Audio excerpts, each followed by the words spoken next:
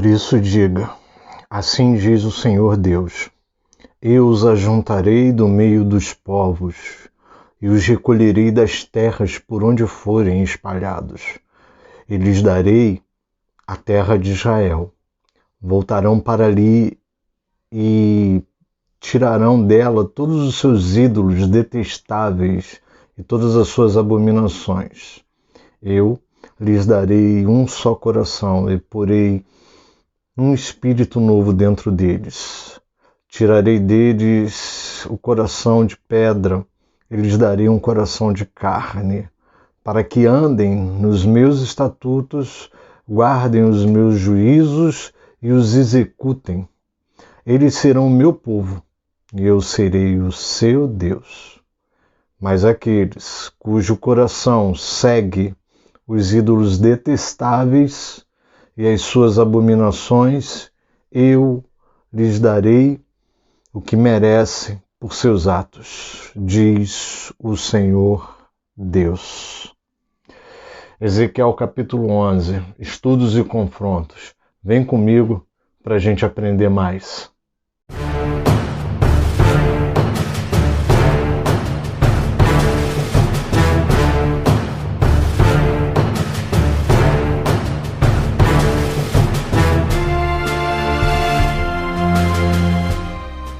Graças e paz, queridos, pastor Alexandre aqui, e hoje a gente está voltando aí com Ezequiel, estudos e confrontos. A gente vai trazer o capítulo 11, por coincidência, episódio 11. Pode ser que nem todo estudo e confronto seja casadinho assim, né? Os episódios com os capítulos, mas a gente conseguiu aí fazer. No último episódio a gente tratou de 2 capítulos, e aí o episódio 10 tratou do capítulo 9, do capítulo 10, e agora a gente está tratando do capítulo 11, por coincidência, no episódio 11. Se você é novo por aqui, não tem problema não, fica calmo. Eu vou botar um card aqui em cima, uma bolinha branca que vai aparecer aqui, ó, nesse canto aqui, tá bom? E aí você clicando nessa bolinha branca, você vai conseguir chegar lá no canal, lá no Ministério Caminhos, vai poder assistir todos os 10 episódios da série Estudos e Confrontos do livro de Ezequiel. A série, né, Estudos e Confrontos do livro de Ezequiel é fruto de um sonho que eu tive, e esse sonho está aqui também. Eu vou ver se eu coloco mais um card aqui em cima para te direcionar para o sonho, tá legal? Aí agora é o sonho, e aí você vai poder saber qual foi o sonho que eu tive. Algumas pessoas já assistiram, né, sabem qual foi o sonho e que me levou a gravar esse estudo. E o objetivo do estudo é nós estudarmos o livro de Ezequiel. Não leve a mal o nome, é estudos e confrontos, mas eu não quero que você se sinta, né, que isso, o cara confronta, tal. Realmente o confronto existe, porque na verdade todo estudo ele vai nos trazer confronto. Quando a gente pega a palavra de Deus para estudar, a gente é confrontado. E por isso eu já vou te pedir, ó, pega a tua Bíblia, Ezequiel capítulo 11. Se você não leu ainda, dá um pause aqui nesse vídeo, vai lá, dá uma lida em Ezequiel capítulo 11 para você entender, porque tem pessoas que às vezes não entendem o episódio porque não leu o capítulo antes. Leia o capítulo, veja os episódios anteriores. Você que caiu de surpresa hoje aqui, não assiste esse episódio não, veja todos os episódios fazendo primeiro a leitura bíblica, depois você vai entender melhor. Então hoje você leu o capítulo 11, tá legal? Eu queria agradecer você que me segue, que me acompanha, que está aqui, que é fiel, que estuda, que pega a Bíblia para estudar. Eu quero te agradecer. Quero te pedir uma coisa, ó, curte, compartilha, comenta. Essa é a série que menos tem comentário, né? Menos tem curtida, menos tem engajamento, né? Não sei por quê. Não sei se o público que estuda prefere não se pronunciar, não falar nada, não sei se, né, porque não agrada, porque não tá bom. Bom, enfim, é o que está escrito, eu trago para você, a gente se aprofunda no livro e a gente vai levando. Mas curte, compartilha, manda para alguém que gosta de estudar a Bíblia e pega as verdades desse estudo, porque você precisa. Amém, querido? Glória a Deus. Então, hoje a gente vai falar do momento definitivo quando Deus, a glória de Deus, deixa Jerusalém, tá legal? Então, 11, verso 1, você vai pegar aí, temos Ezequiel sofre um novo deslocamento dentro da mesma visão, não é uma visão separada do capítulo 8, 9 e 10, tá legal? Não é uma visão separada, é a mesma visão, ele está dentro da mesma visão, vivendo toda aquela realidade espiritual, ele sofre um novo deslocamento, ele vai para o portão leste, ou seja, o Espírito vai levar ele para o portão leste, a entrada da casa do Senhor, o portão principal da entrada da casa do Senhor. Bom, a gente imagina que seja aquele portão externo lá do leste, o principal, o primeiro, tá certo? Então é para lá que Ezequiel é deslocado, porque é lá que está a glória de Deus. Por enquanto, a glória de Deus se afastou ali de perto do templo, né? Até porque, como eu expliquei no episódio passado, as brasas não foram pegas do altar de bronze, que fica no átrio interior. Então, significa que a glória de Deus, quando nesse afastamento, já saiu de perto do templo, e ele tem esse deslocamento para lá. E nesse deslocamento ele vê 25 homens, tá legal? E alguns teólogos sugerem que esses 25 homens são os mesmos 25 homens que estão lá na porta do templo. Tem outros que não. Tem outros que sugerem que não é. A maioria diz que não são os mesmos 25 homens, porque eles se deslocaram, tá? E não são os mesmos 25 homens. Eu acho que aqui o mais importante da gente entender não é se são os mesmos 25 ou se são 25 homens diferentes. Eu acho que é o significado. E a maioria desses teólogos que dizem que não é o mesmo grupo, eles defendem que esses 25 homens apontam para os líderes do povo e não para os 25 da porta do templo, que são sacerdotes, são tidos como sacerdotes, são homens que estão ligados ao culto do Senhor. Bom, o que leva esses homens a pensarem isso, os teólogos pensarem isso? Ora, se saiu e se afastou do templo, já não é mais inerente ao culto, é inerente à liderança. Liderança política. Vamos ser bem específico aqui para você entender, para que você conheça essas linhas teológicas, tá? Eu, pastor Alex, não vejo muita diferença. Para mim o sentido é o mesmo, tendo em vista que naquela época, não muito diferente do que nós estamos vivendo hoje, as lideranças religiosas estavam muito ligadas às lideranças políticas. A gente tem visto isso hoje.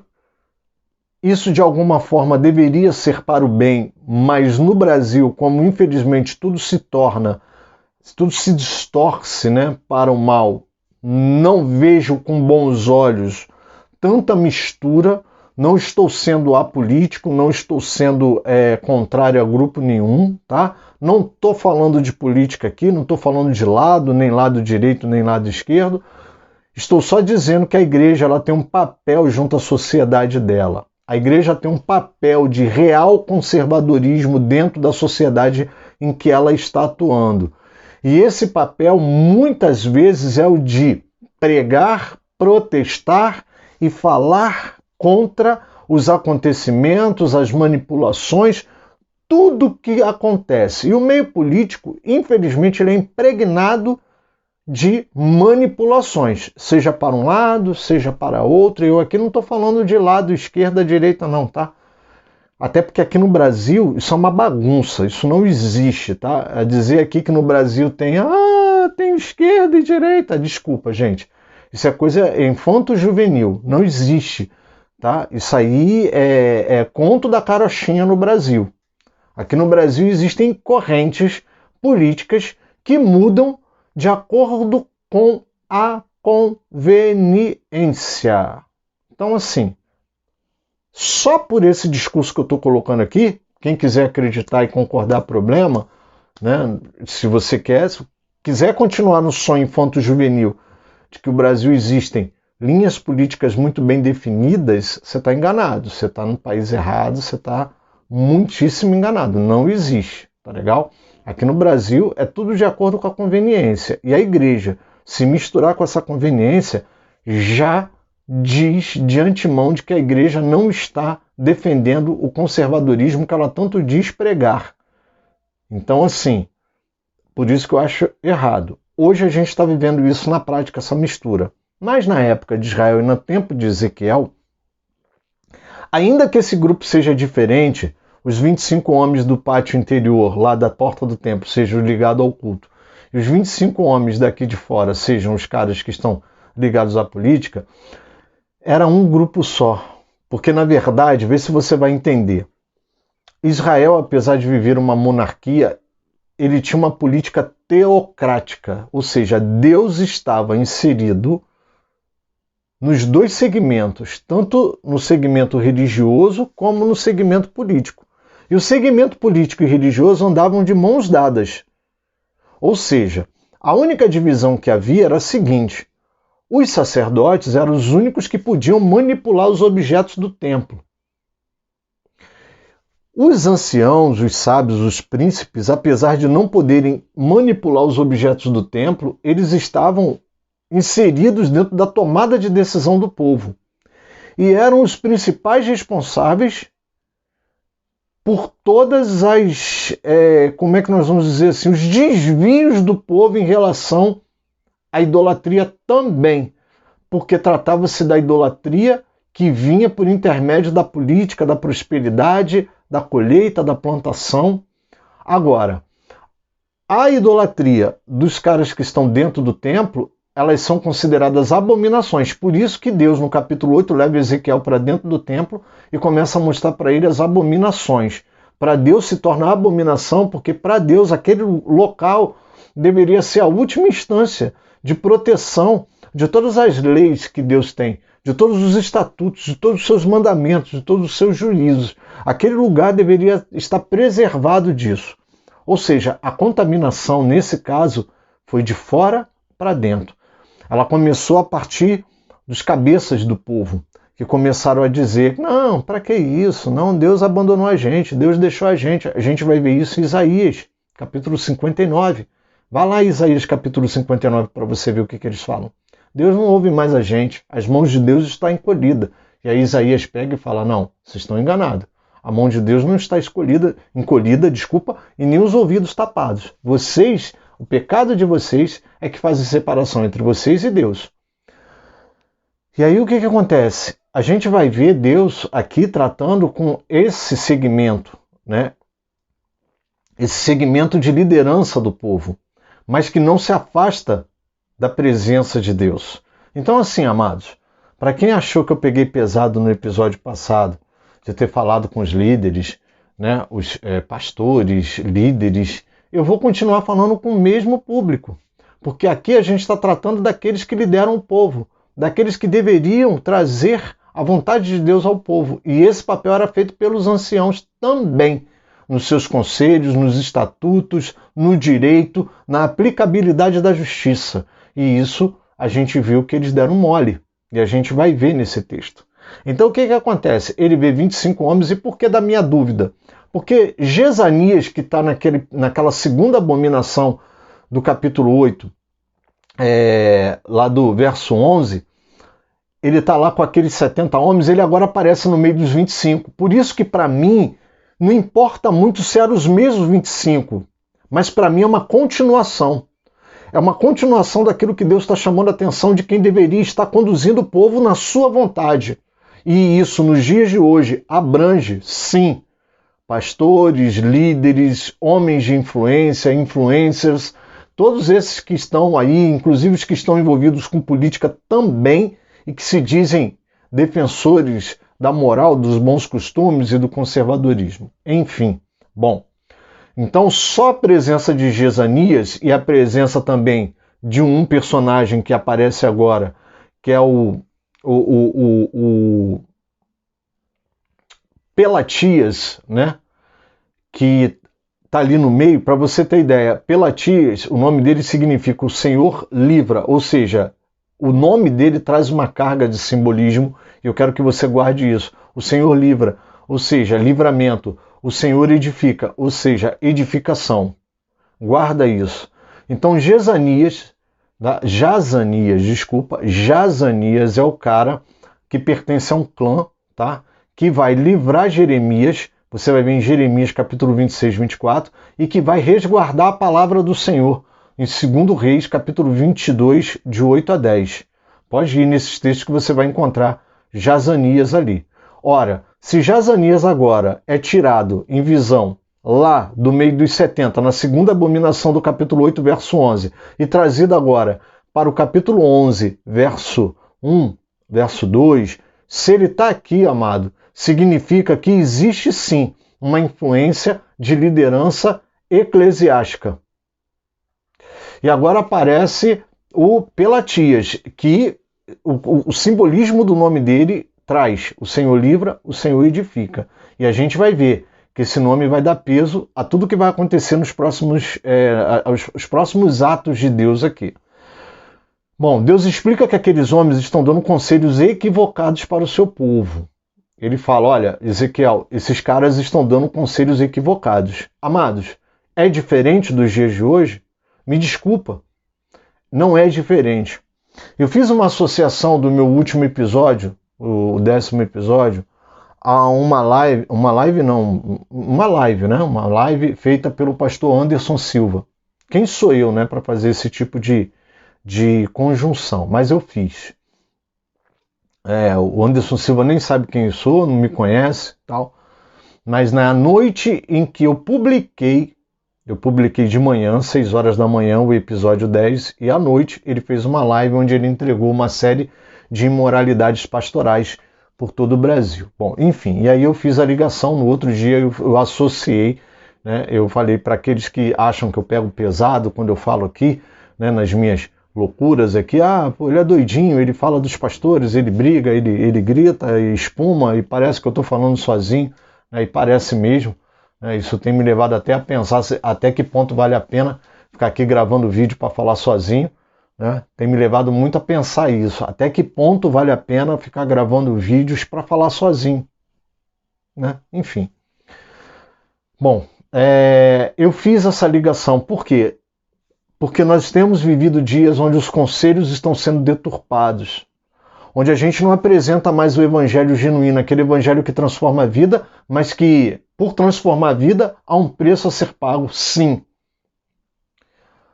A Bíblia toda, no Novo Testamento, e no Velho Testamento também, no Velho Testamento demonstra através da narrativa das histórias, mas no Novo Testamento isso é tratado de forma muito objetiva e de forma esclarecedora, de forma explicada, de forma um pouco mais teológica, digamos assim. Os apóstolos vão falar sobre sofrimento. Pedro vai falar sobre sofrimento. Paulo vai falar sobre sofrimento, né? A minha devocional de hoje, por um acaso, eu tratei de Romanos, se eu não me engano, 8:26, se eu não estiver enganado, onde Paulo está falando sobre a presença do Espírito Santo, que é ele que nos ajuda, que é ele que nos conduz, ele que nos ensina. E Paulo está falando justamente do Espírito Santo, por quê? Por causa da nossa fraqueza frente ao sofrimento. É quando Paulo fala aquele texto que Paulo diz assim, tenho para mim que esse sofrimento que nós estamos tendo agora, esse sofrer que temos agora, não se compara ao que vamos viver na glória vindoura. Ora, amados, no Novo Testamento todo, os apóstolos explicam sobre o sofrimento, e no Velho Testamento a gente vai ver nas narrativas a presença do sofrimento. Pastor Alex, o senhor está pregando sofrimento? Eu sei que muito mimimi vai pensar isso. Não estou pregando sofrimento. O problema é que quando você me questiona quando eu falo de sofrimento, porque isso parece para você desconfortável, é porque nós já estamos contaminados com a pregação triunfalista da hipergraça. Que é aquilo que eu não sofro, que eu não tenho dificuldade, que para eu ser crente tudo tem que correr bem na minha vida, que para eu ser feliz, para eu ser abençoado, para eu ser vitorioso, para eu dar testemunho de um bom pastor, eu tenho que ter um carro do ano, eu tenho que ser muito bom, eu tenho que ter dinheiro, minha igreja tem que ter telão, eu tenho que ter 10 mil seguidores, eu tenho que ser o cara.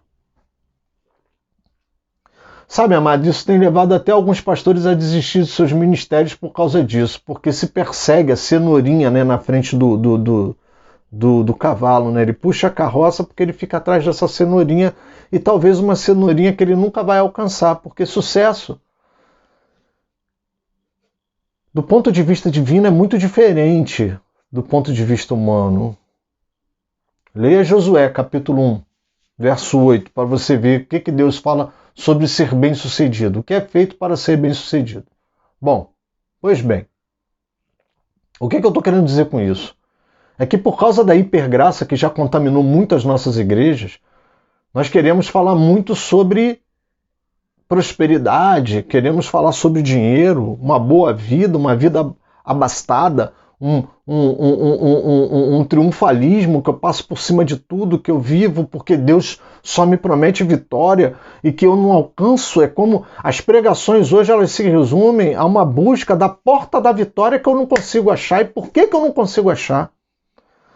Sabe, amado, e parece que o sacrifício de Cristo Jesus, o sacrifício que ele fez por nós, parece que foi lixo, sabe? Amado, desculpa a palavra forte que eu estou falando aqui, mas parece que foi lixo, porque assim, a Bíblia diz que nós somos mais do que vencedores em Cristo Jesus. Só que a gente não fala mais esse texto. Você já parou para pensar isso? A gente não fala mais que nós somos mais que vencedores. Ora, amado, se nós somos mais que vencedores, significa que todo tipo de vitória pregada na nossa vida não chega nem perto daquilo que nós já temos. Só que as pessoas esquecem que já tem Jesus e ficam buscando essa vitória, porque só essa vitória justifica. E é esses os conselhos enganosos que são dados no nosso tempo. São esses os conselhos enganosos que estão sendo dados no nosso tempo. Naquela época, os caras falaram para o povo que eles seriam carne na panela. Carne na panela. Estranho, né? Um trocadilho estranho. Sim, tem um pouco de hebraísmo aqui. Existe uma expressão idiomática, talvez uma gíria, uma força de expressão que eles usaram na época. E isso tem muito a ver com aquela panela lá que a gente viu em Ezequiel, capítulo 4, verso... Agora eu não me recordo, se eu me recordar aqui eu vou falar. Em Ezequiel, capítulo 4, quando Deus pega, quando ele vai fazer o teatro de rua, e Deus manda ele pegar uma assadeira de ferro. Talvez esses caras, dando o conselho errado, eles estavam meio que debochando de Ezequiel. Tipo assim, se Jerusalém virou a panela como Ezequiel pegou, porque Ezequiel pega uma panela de ferro lá em Ezequiel, se eu não me engano, capítulo 4, se eu me lembrar aqui depois eu falo para vocês. Ezequiel, capítulo 4, Deus manda ele pegar, quando ele faz o teatro de rua, Deus manda ele pegar uma assadeira de ferro e colocar no fogo, para mostrar que era o cerco a Jerusalém. Então, os caras falam que se Jerusalém é a panela, eles são pedaços de carne. Por quê? Naquela época era comum, para a preservação da carne, colocar os pedaços de carne dentro do que se chama de panela. Alguns historiadores contam que essa carne ela era mergulhada em banha para preservar, ou se fosse outro tipo de combustível qualquer que não deixasse haver uma acidulação daquela carne, e ali ela estaria preservada. E talvez é por isso que esses caras estão falando assim, olha, nós não precisamos, não é tempo de construir casa. Eles falavam isso. Não constrói casa, não é tempo de construir casa, porque nós somos a carne dentro da panela, ou seja, nós vamos ser preservados. É mais ou menos assim.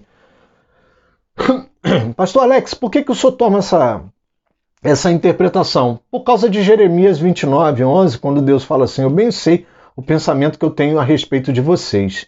Não é pensamento ruim, é pensamento para o bem. Deus começa falando isso para o povo dele. Só que se você continuar lendo Jeremias capítulo 29 e chegar no 24 e 28, você vai ver Deus falando sobre o profeta Semaías, porque Jeremias escreve uma carta e manda para todas as províncias.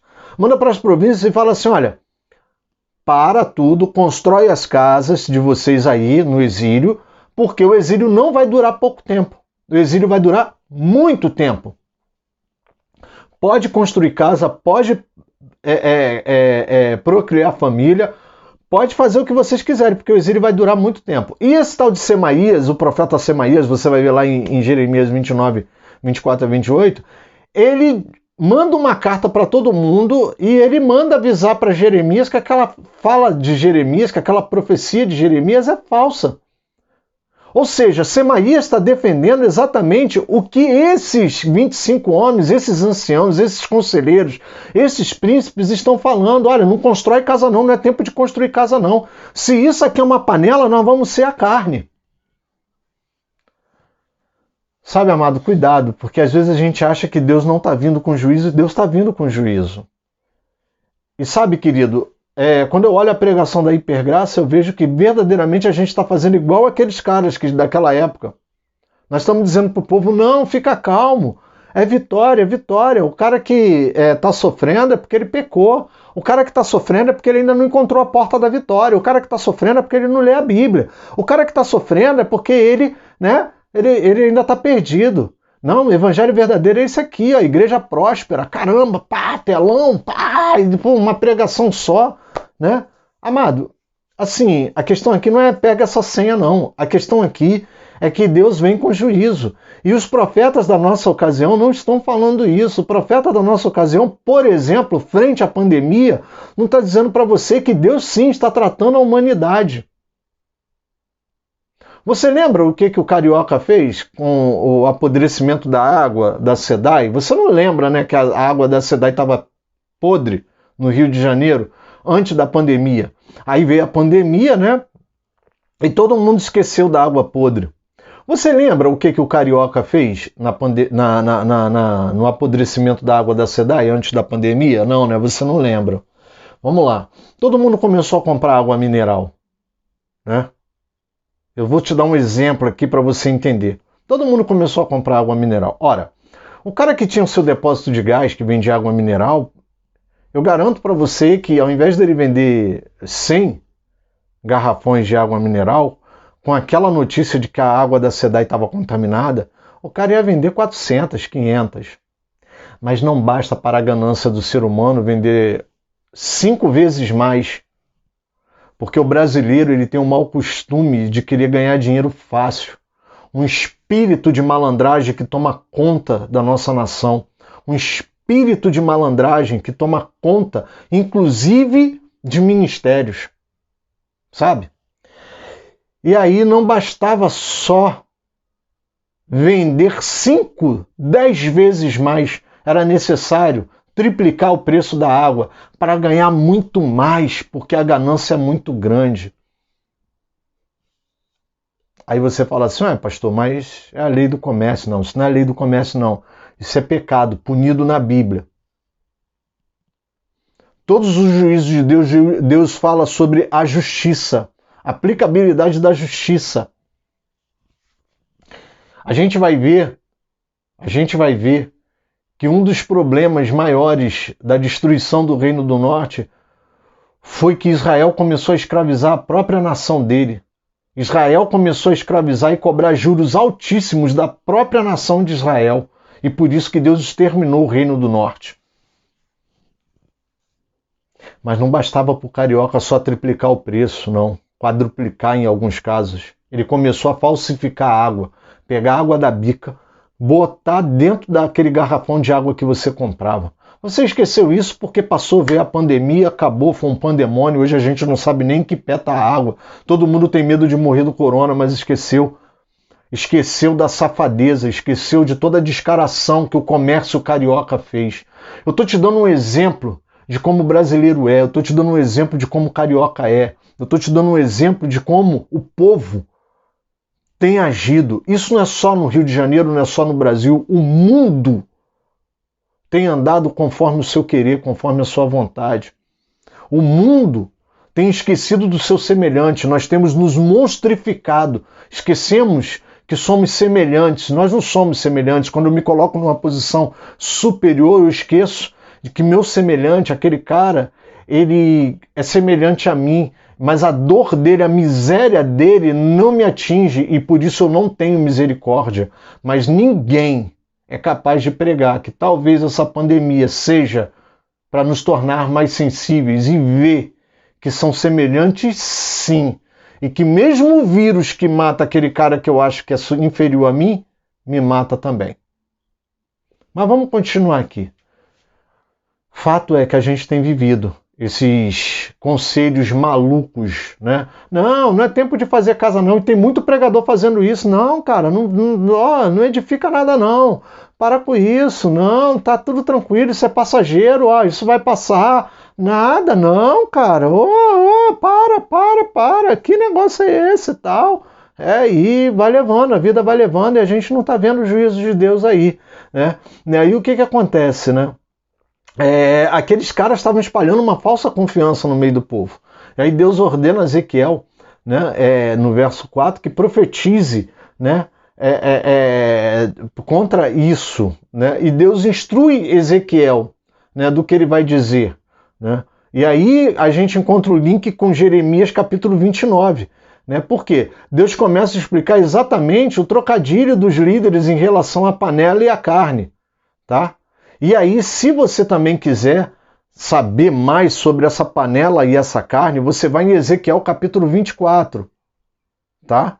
Vai em Ezequiel capítulo 24 que você vai saber o que Deus está falando a respeito da carne. Mas Deus fala, a partir do verso 5, Deus faz o link. Deus fala assim, eu sei o que passa na cabeça de vocês. Quando Deus fala assim, eu sei o que passa na cabeça de vocês no verso 5, ele está fazendo o link de Jeremias 29:11. Pois eu sei o que eu penso a respeito de vocês. Não é o pensamento de vocês, é o meu pensamento que diz a respeito de vocês. E aí no verso 6 e no verso 7, Deus vai começar a falar da panela e da carne, e a explicação está em Ezequiel 24. Vai lá em Ezequiel 24 para você entender a explicação. Deus diz o seguinte, que olha, vocês estão enganados. Vocês estão enganados. A carne que vocês dizem que está dentro da panela são os que vão morrer dentro de Jerusalém. Vocês, eu vou tirar de dentro de Jerusalém. Jerusalém era a circunstância, era a circunvizinhança do templo. Deus estava dizendo que iria tirar as autoridades do templo, que iria tirar os conselheiros, os anciãos, os sacerdotes do templo. Isso era terrível demais, porque para eles Jerusalém era a habitação de Deus e o santo templo, o tabernáculo, o templo de Salomão era uma coisa muito séria. Por isso que a gente está vendo aqui que Deus vai abandonar o templo, e isso para eles é muito sério, para Ezequiel isso é muito sério. E aí Deus começa a dizer para eles que não, que a panela não é proteção para eles não, que a carne que vai ficar dentro da panela são aqueles que vão morrer em Jerusalém. Mas que eles, líderes, Deus vai tirar eles de dentro da panela. E isso está explicado lá em Ezequiel capítulo 24. Tá?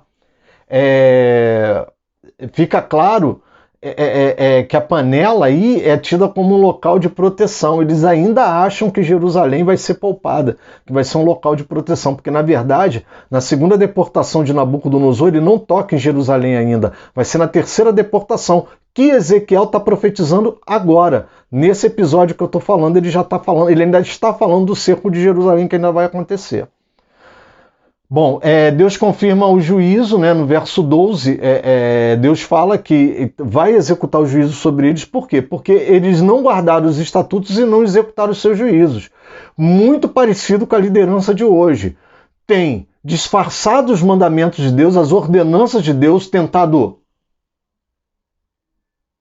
modernizar a palavra de Deus, atualizar a palavra de Deus, né? Os pastores modernos aí que tem, os liberalistas, Ed, Vitor Azevedo, Thiago Bonet, David, tudo, né? Fazendo, e outros triunfalistas que estão pregando aí. Então, assim, né? Isso é disfarçar os mandamentos, as ordenanças, né? E não cumprir o juízo, porque, obviamente, se eu não sei qual é o mandamento, eu não tenho como cumprir o juízo. Tá? Então, assim, no verso 13, Deus começa a execução do juízo por Pelatias. Quem é Pelatias? Falei lá para você no início, aquele cara que significa Deus edifica, Deus livra. Ou seja, Deus mata Pelatias ali entre os 25 e Ezequiel grita. Ezequiel dá um grito e fala, Deus, tu vai acabar com todos os remanescentes, Deus? Por que Ezequiel grita? Você já parou para pensar? Porque Ezequiel sabia do peso do nome de Pelatias. Havia um simbolismo no peso do nome de Pelatias. Quando Deus mata Pelatias no verso 13, significa que ele está falando assim, ó, não vai ter livramento e eu não vou edificar mais nada nesse lugar.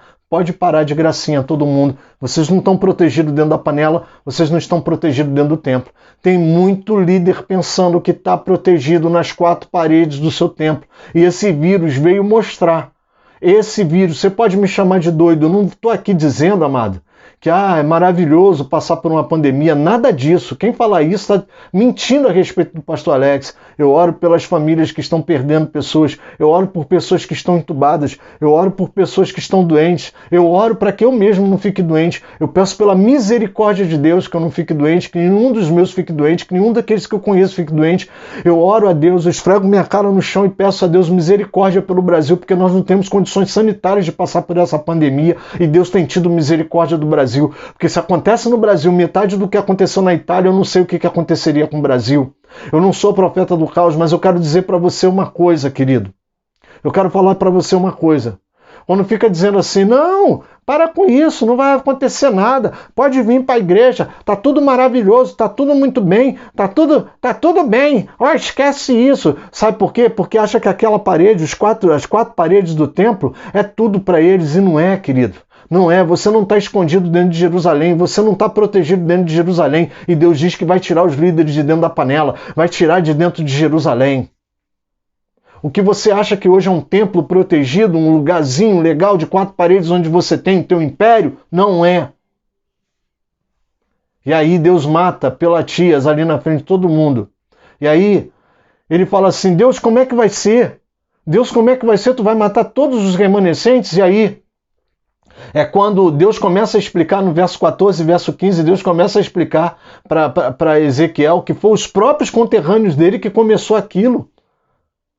Os próprios conterrâneos dele que começou aquilo, quando eles falaram assim, afastem-se do Senhor,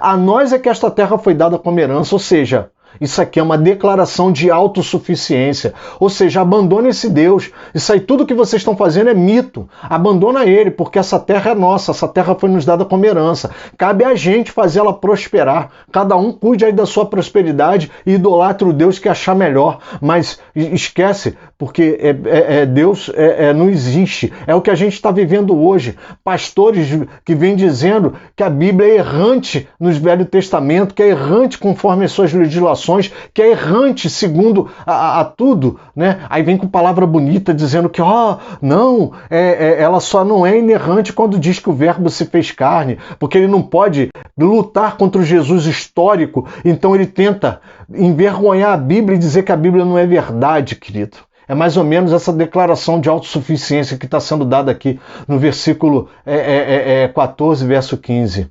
E aí Deus, no verso 16, começa a mostrar para Ezequiel que ele não vai matar os remanescentes. Deus começa a dizer para ele que por um pouco de tempo, esses remanescentes que ele vai espalhar, porque na cabeça de Ezequiel não cabia, porque na cabeça de Ezequiel os remanescentes eram os que iriam ficar em Jerusalém. Os caras de Deus, os caras bonitões, os caras de terno e gravata, os caras sacerdotes, os intitulados autoridades espirituais na nação. Ezequiel sacava que os caras que iam ficar lá, que eram os remanescentes, e Deus fala que não, que os remanescentes são aqueles cabelos que ele raspou e jogou ao vento e espalhou. E Deus começa a dizer que por um tempo o próprio Deus seria o santuário deles aonde quer que eles estivessem. Isso te lembra João capítulo 4, quando Jesus conversa com a mulher samaritana? Mas aonde a gente deve adorar? Em Samaria ou em Jerusalém? E aí Jesus fala assim, olha, vai chegar o tempo que nem num lugar nem outro, porque Deus procura adoradores que o adoram em espírito e em verdade. E aí Deus continua, eu vou ser o santuário deles, e aí depois eu vou os trazer, eu vou reuni-los de volta. Trocarei o coração deles. Deus começa a falar uma palavra linda. Trocarei o coração deles, que foi a que eu li na introdução desse vídeo. Trocarei o coração deles, tirarei o coração de pedra, colocaria um coração de carne. Essa palavra está em Ezequiel, capítulo 33, de 22 a 32. Deus antecipa essa palavra para a visão de Ezequiel, mas Deus vai liberar essa palavra lá em 36, que é a restauração de Israel, apontando lá para frente, apontando para Jesus, apontando para toda a restauração que a gente viveu em Jesus está vivendo e vai viver. Ele vai tirar o nosso coração de pedra, porque o coração de pedra não sente. O coração de carne sente. Ele vai vivificar, porém neles o meu espírito. Ele vai revivificar o homem. E aí sim, ele vai ter condições de cumprir os meus mandamentos, entender o que eu falo e executar os meus juízos. Hebreus capítulo 8. Vai em Hebreus capítulo 8 que você vai entender o que eu estou falando. Do que Deus está falando sobre mandamentos e execução de juízos. Vai em Hebreus capítulo 8, porque eu sei que tem gente que vai pular. Ah, mas isso era para o Velho Testamento. É porque não lê a Bíblia. Vai em Hebreus capítulo 8, se eu não me engano, verso 10. Mas lê o capítulo 8 todo para entender melhor. E aí... Desculpa, amada, é porque pesa, sabe? Deus no verso 19 e no verso 20, ele fala dessa grande mudança. E aí ele fala que aqueles que permanecerem na idolatria vão receber o seu castigo. Vão receber o que merecem, o juízo merecido. Mas no verso 19, no verso 20, Deus fala que vai reunir aqueles que vão lançar fora toda a idolatria, ele vai nos limpar. No verso 18 ele fala de limpeza, ele vai nos limpar, ele vai tirar toda a idolatria, toda aquela idolatria que eu falei do episódio 9, que era o episódio que fala da idolatria, ele vai limpar. Episódio 8, episódio 9, Deus vai limpar toda essa idolatria, porque nós vamos passar a depender de Deus, nós vamos passar a saber que Deus é a nossa esperança, que não importa o sofrimento, não importa a circunstância, não importa o que a gente está passando agora, Deus é o nosso refúgio, Deus é a nossa fortaleza, Deus é socorro bem presente na hora da angústia e que nós vamos estar com Ele. O nosso tesouro vai deixar de ser o nosso carro, a nossa casa, o nosso dinheiro, o nosso emprego e vai passar a ser o Senhor. E quando o nosso tesouro passar a ser o Senhor, acabou a nossa idolatria. A nossa idolatria vai cair por terra, porque nós vamos entender que o nosso coração vai estar em Deus, porque Ele é o nosso santuário e Ele habita em nós. E aí pouco importa o que a gente vai passar. Pouco importa. Porque nós vamos estar guardando aquilo que Ele tem preparado para nós. A carruagem divina deixa o portão leste, no verso 22. As rodas apontam para essa carruagem divina com os querubins. E Deus se dirige, no versículo 23, para o Monte das Oliveiras. Se eu estiver falando capítulo, tá, amado? Perdoa. O capítulo é 11. Tudo que eu estou falando aqui, desde o 16, 17, 18, 19, 20, é tudo versículo, tá? Versículo 24, Deus devolve Ezequiel, ele volta da visão, que a gente não sabe, né? Ele volta com, ou retorna com ou da visão, né? A gente não sabe dizer aí. Ele volta para a Caldeia, ele está vivendo essa realidade espiritual, Deus deixa ele, vai para o Monte das Oliveiras e Ezequiel parece ter sido liberado por Deus e conta para todos os exilados que estão ali com ele, tudo que ele viu nessa visão. Então assim, que Deus nos abençoe, que você possa verdadeiramente tirar proveito de Ezequiel capítulo 11 e orem para que a gente continue. Ore para que a gente possa trazer os próximos capítulos, ore pela minha vida, porque não é fácil trazer o estudo de Ezequiel. Amém, querido? Fica com Jesus, te espero no próximo episódio.